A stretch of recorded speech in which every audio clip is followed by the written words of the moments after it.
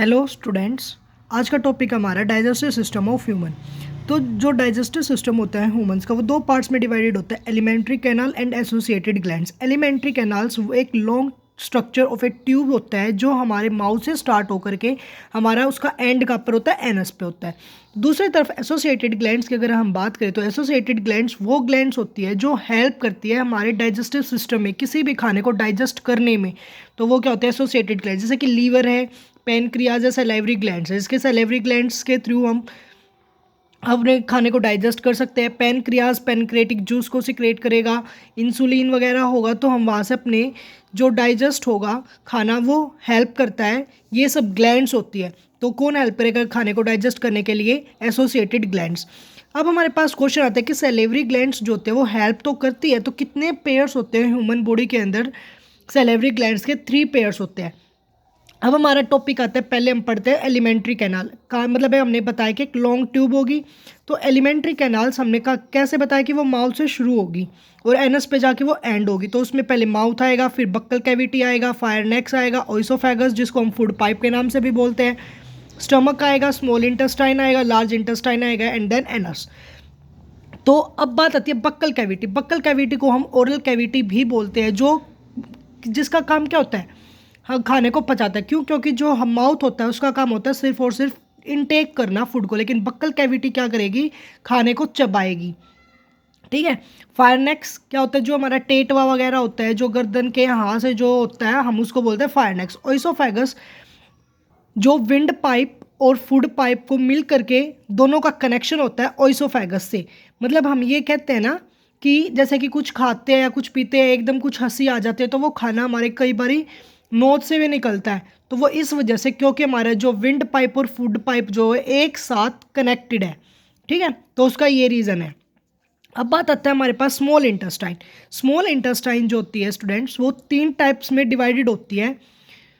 First one is duodenum, second one is jejunum and third one is ileum. इसको learn करने का formula क्या है हमारे पास? DGI।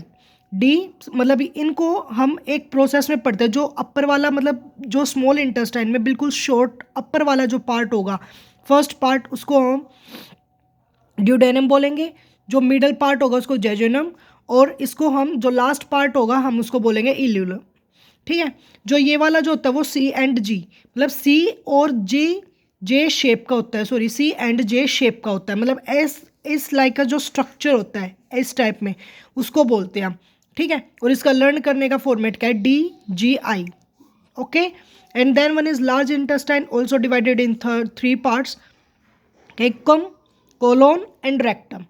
इसमें क्या होगा, जब ये वो वाला पार्ट होता है जब एक स्मॉल इंटेस्टाइन लार्ज इंटेस्टाइन के साथ कनेक्टेड जहाँ पर होती है उस पार्ट को हम बोलते हैं। और उसके नीचे से ही क्या होती है हमारे पास, जैसे कि अपेंडिक्स वगैरह बोलते हैं, जो हम अपेंडिक्स का दर्द होता है तो उससे रिलेटेड जो होता है वो लार्ज इंटेस्टाइन के इसी पार्ट से रिलेटेड होती है, अपेंडिक्स।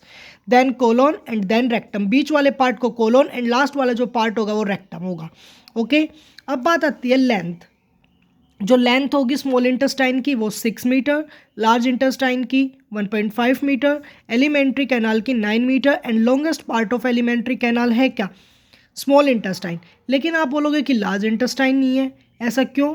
बोलने में तो वो लार्ज है। वो इस वजह से बोलने में लार्ज है क्योंकि उसका डायमीटर जो होता है वो ज़्यादा होता है, लेकिन स्मॉल इंटेस्टाइन का जो डायमीटर होता है वो क्या होता है? छोटा होता है। उसके बाद एक क्वेश्चन आता है अब कि जो एलिमेंट्री कैनाल होती है हर्बीवोरस एनिमल्स की, वो बड़ी होती है या छोटी होती है has compare to carnivorous animals के? तो जो एलिमेंट्री कैनाल्स होती है हर्बीवोरस एनिमल्स की वो ज़्यादा बड़ी होती है has compare to carnivorous animals. क्यों? क्योंकि जो हर्बीवोरस जो एनिमल्स होंगे वो अपने फूड, जो हर्बीवोरस एनिमल्स का जो फूड होगा वो कैसा होता है, उसके अंदर सेलुलोज होता है। जो सेलुलोज होता है वो मोर अमाउंट में सेलुलोज पाया जाता है हर्बीवोरस प्लांट्स के, सॉरी हर्बीवोरस एनिमल्स के खाने में। तो इसी वजह से उसको डाइजेशन करने में काफ़ी कॉम्प्लेक्सिटी आती है। इसी वजह से जो हर्बीवोरस एलिमेंट्री की जो कैनाल होती है वो क्या होती है? बड़ी होती है हैज़ कंपेरेबल टू कार्निवोरस, मतलब मांसाहारियों से ज़्यादा होती है। डाइजेशन हमारा, अब एक क्वेश्चन आता है कि डाइजेशन स्टार्ट कहाँ से होता है? तो बच्चे बोलते हैं कि डाइजेशन स्टार्ट मुंह से होता है। ठीक है, हमने मान लिया, गूगल तुम करोगे तो वहाँ पर भी जो डाइजेशन होगा वो स्टार्ट दिखा रखा होगा कि वो माउथ से होता है। बट अगर ऑप्शन में आ जाए कि माउथ भी है और बक्कल कैविटी भी है, देन हमें जो प्रीफ्रेंस होंगी, फर्स्ट जो प्रायोरिटी देंगे हम वो बक्कल कैविटी को देंगे, क्योंकि जो खाना होगा माउथ से तो सिर्फ हम इनटेक कर रहे हैं, बक्कल मतलब डाइजेस्ट हो रहा है, जो मतलब जो हम उसको काट रहे हैं, खाने को जो काट रहे हैं वो तो बक्कल कैविटी के थ्रू हो रहा है। ठीक है, तो जो डाइजेशन होगा वो हमारा बक्कल कैविटी, अगर ऑप्शन में बक्कल कैविटी नहीं है, माउथ है, तो ही हम माउथ को प्रायोरिटी देंगे, अदरवाइज फर्स्ट प्रायोरिटी हम किसको देंगे, बक्कल कैविटी को। नेक्स्ट हम पढ़ेंगे बक्कल कैविटी का फुल प्रोसेस। सो बने रहे अगली वीडियो में। Thank you guys and please subscribe and like channel.